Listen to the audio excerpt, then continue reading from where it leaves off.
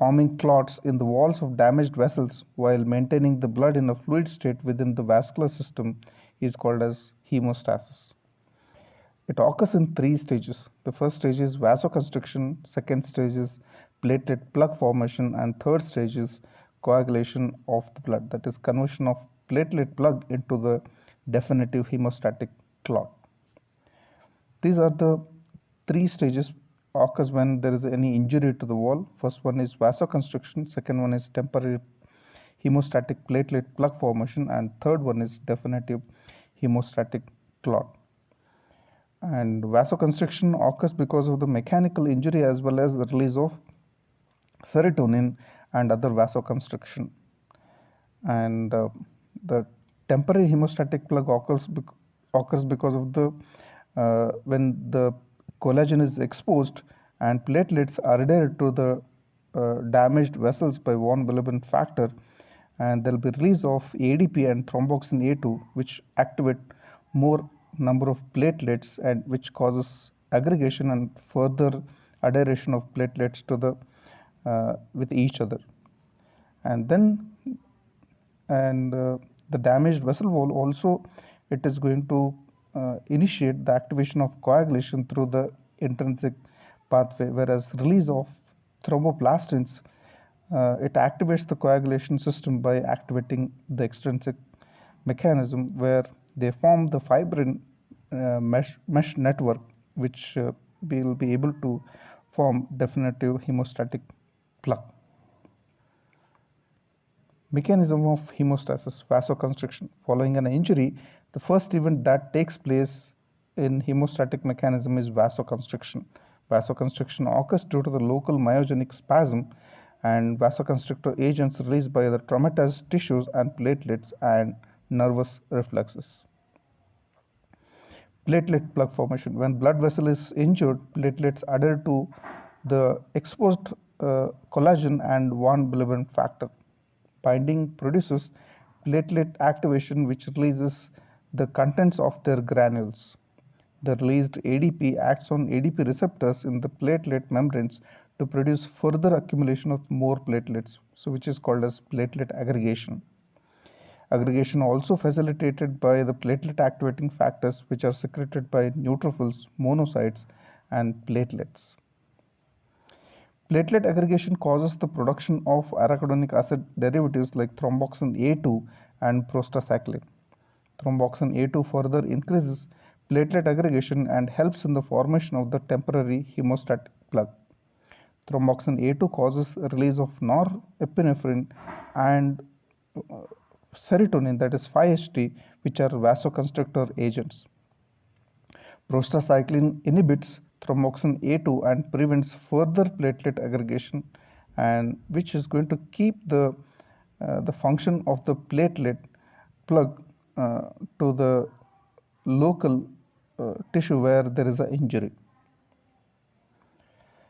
Administration of aspirin in low dosage shifts the balance towards the prostacyclin by inhibiting the thromboxane A2 and inhibits the platelet aggregation. So thus the aspirin in low doses prevents myocardial infarction and stroke. Those are vascular accidents. Coagulation of the blood. It is a physiochemical change by which the liquid blood is converted into jelly-like mass called clot. Substances necessary for clotting are called clotting factors. The process of coagulation or clotting of the blood occurs in three stages. The first stage is formation of the prothrombin activator, second stage is conversion of prothrombin into thrombin, and third stage is conversion of fibrinogen into fibrin. These are the circulating coagulating factors to name. By the Roman numericals, they have been given classified into 13 clotting factors. Factor 1 is fibrinogen, 2 is prothrombin, 3 is thromboplastin, 4 is calcium, 5 is proaxelerin, 7 is proconvertin, 8 is antihemophilic factor, 9 is a plasma thromboplastic component or also called as Christmas factor, 10 is Stewart power factor, 11th is plasma thromboplastin antecedent, 12th is Hegman factor, and 13 is fibrin stabilizing factor. The prothrombin activator is formed by two ways. One is intrinsic pathway. Intrinsic pathway is triggered when blood is exposed to the subendothelial collagen tissue, resulting in the formation of intrinsic prothrombin activator. It occurs when there is a trauma to the blood vessels. It occurs in vivo, that is inside in the body, and in vitro in the test tube. The factor 12 comes in contact with the subendothelial collagen tissue and is converted to activated factor 12. And this reaction is catalyzed by high molecular weight kininogen and kallikrein. The active factor 12 then activates the factor 11 and active factor 9. Active factor 11 activates the factor 9. The factor 8 is activated when it is separated from von Willebrand factor. Now activated factors 9 and 8 along with phospholipids, calcium activates factor 10. In the presence of tissue phospholipids, calcium and factor 5 activated factor 10 catalyzes the conversion of prothrombin into thrombin. Note activated 10 plus activated 5 plus platelet phospholipid together form prothrombin activator. Extrinsic pathway, injury to the extravascular tissue and blood vessel causes release of substance called tissue thromboplastin, which is a complex of phospholipid and protein. It is released from the injured tissue, which activates the factor 7 to activated factor 7. It occurs in vivo only, inside the body only. The tissue thromboplastin and factor 7 activates factor 9 and 10. Ultimately, activated factor 10 catalyzes the conversion of prothrombin to thrombin in presence of tissue phospholipids, calcium, and activated factor 5. The last part of the pathway, that is from the activated factor 10 onwards, is a common for both. Conversion of fibrinogen into fibrin. Now thrombin converts fibrinogen into fibrin monomer. Fibrin monomer then polymerizes to form loosely arranged strands of fibrin, that is a soft soluble clot. Later, loose strands are modified into dense and tight aggregate, that is insoluble and elastic fibrin clot, and later the later reaction is catalyzed by the activated factor 13 and calcium. So this is the chart which is showing intrinsic mechanism and extrinsic mechanism of coagulation. When the collagen is subendothelial collagen is exposed, the factor 12 gets activated under the influence of high molecular weight kininogen and kallikrein. Then it is going to activate the factor 11. The activated factor 11 converts inactivated factor 9 into activated 9, and then the factor 8 is released by the von Willebrand factor.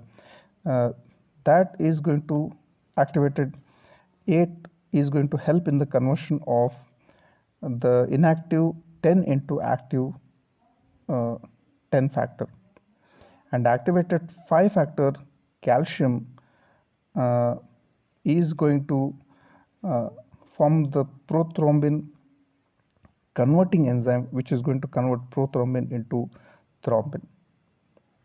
Whereas in extrinsic system, there will be release of a tissue thromboplastin, that is factor 3, which is going to convert the inactive factor 7 into active factor 7. And this factor 7 is going to convert inactive 9 factor into active 9. Sometimes it is going to also help in the conversion of inactive 9 into active 9 as well. All these reactions, they involve they require calcium, except for the first two reactions of intrinsic mechanism. Otherwise, the rest of all the coagulation reaction, they require calcium.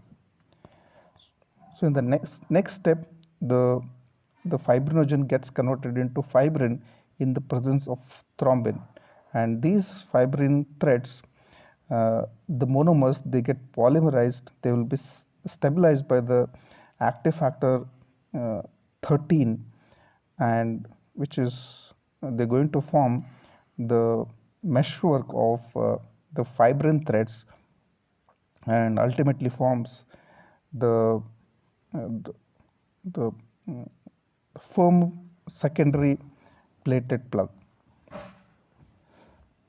These are some of the actions of thrombin.